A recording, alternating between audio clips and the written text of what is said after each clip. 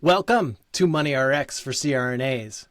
If you're a CRNA, chances are that a big part of your retirement nest egg is tied up in your 401k or 403b. But I have found that many people have no idea what to actually do with that money once they retire to make sure it works best for them. I'm Brett Fellows, certified financial planner, and my mission is to help CRNAs like you get the most out of life with the money you have worked so hard to earn. So I've had someone tell me, Brett, I've got $800,000 in my 403b, but I am terrified I'm going to make the wrong decision and it's going to cost me hundreds of thousands of dollars over my lifetime. And she is not wrong to be worried. Here's what most CRNAs don't realize. There are 3 critical decision points that will either maximize your retirement wealth or quietly drain it away over the next 20 to 30 years. Now, these decisions seem quite simple on the surface, but they are loaded with hidden traps that most people never see coming. And if you get even one of these wrong, it could easily cost you 6 figures in unnecessary fees, taxes, or lost opportunities. So what are these 3 decision points that separate CRNAs who thrive in retirement from those who struggle? And more importantly, how do you navigate them without making costly mistakes? Well, that's exactly what I'm going to walk you through today. The first decision point that will make or break your retirement is understanding the true cost of your current retirement plan. Because here's what's happening to thousands of CRNAs right now. They are sitting on substantial retirement balances, but they have no idea how much those accounts are actually costing them each year. I worked recently with an individual who had $600,000 in her 403b. She thought she was doing great because her account was growing. But when we dug into the fees, we discovered she was paying over $15,000 per year in hidden costs. That's $15,000 that should have been growing for her retirement, gone every single year. Now, things have improved a lot in recent years, but smaller retirement plans can still run 2 or even 2.5% per year. To put that into perspective, if you had $500,000 in your account, that's $10,000 to $12,500 in annual fees, regardless of how the market performs. The second critical decision point is about control and flexibility. Even if your 401k or 403b has very low cost, that does not automatically make it the best option, because there's something most CRNAs don't consider: ease of access and control over your own money. I have seen retirement plans where every little transaction feels like pulling teeth. You want to rebalance? You've got to submit paperwork. You want to take a withdrawal or do a Roth conversion? Good luck. You're stuck navigating an outdated online system. Here's the thing. One of the main goals of personal finance is to make your money simple so you can think about it less. Human nature tells us that the harder something is to do, the less likely we are to actually do it. Which means if your plan makes even basic steps a hassle, you may end up putting them off. And missing a rebalance or delaying a Roth conversion could ultimately cost you money. The third decision point that most CRNAs completely overlook is consolidation. I have met plenty of healthcare professionals who have worked for 8, 9, even 10 different employers. And each time they left their old 401k or 403b behind. And before long, they've become collectors of retirement accounts. Now, at first, this might not sound like a problem, but when retirement comes and it's time to start taking income, things get very messy. Which account do you draw from first? How do you avoid overlapping investments? How do you even know your true balance when everything is spread across half a dozen plans. So the more consolidated your accounts are, the simpler your life becomes and the easier it is to feel confident that you're managing your money effectively. So here's what we know.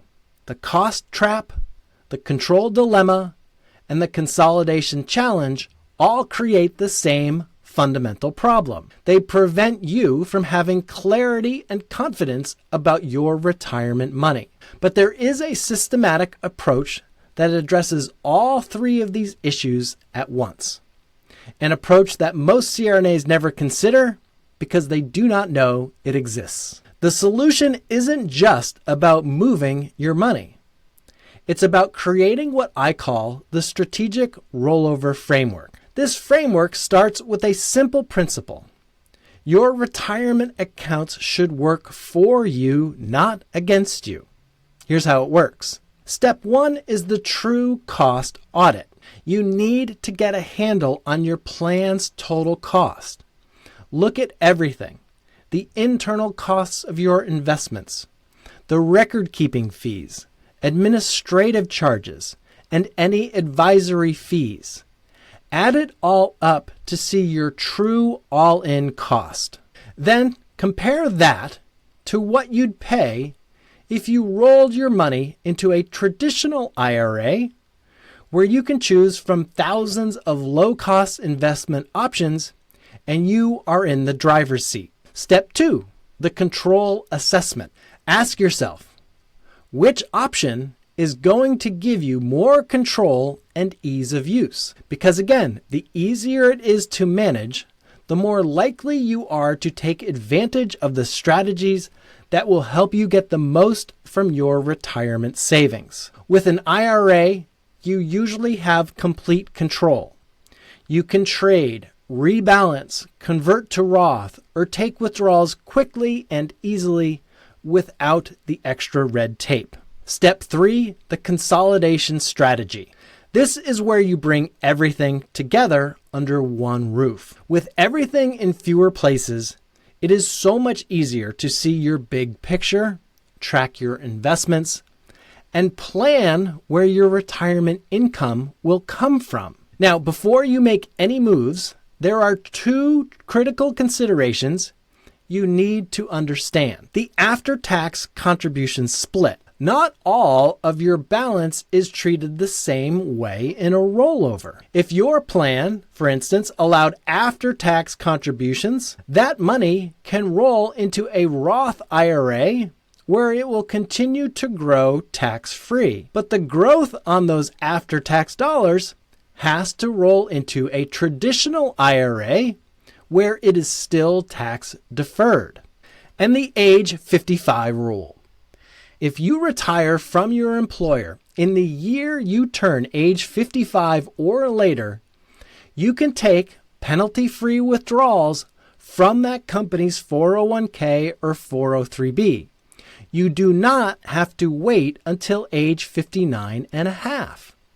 So, if you're planning to retire in your mid to late 50s, it may make sense to keep at least part of your balance in your 401k or 403b for penalty-free access, while the rest can be rolled into an IRA for greater control and flexibility. So to wrap this up, when you're deciding what to do with your 401k or 403b after you retire, remember the strategic rollover framework addresses the 3 critical decision points: the cost trap, the control dilemma, and the consolidation challenge. But here's the thing. Every CRNA's situation is unique. What works perfectly well for one person may not be the right choice for another. So if this episode raised questions about your own retirement accounts, or if you want help determining the best path forward for your specific situation, I would love to talk with you.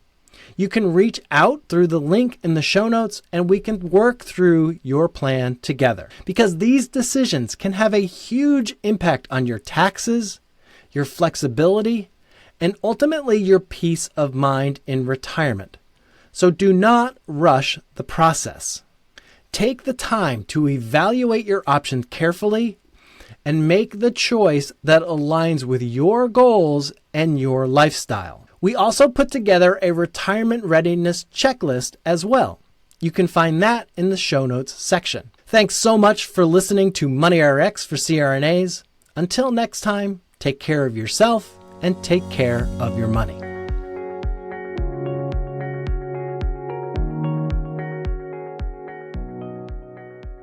This podcast is for informational and entertainment purposes only. It should not be relied upon as a basis for investment decisions.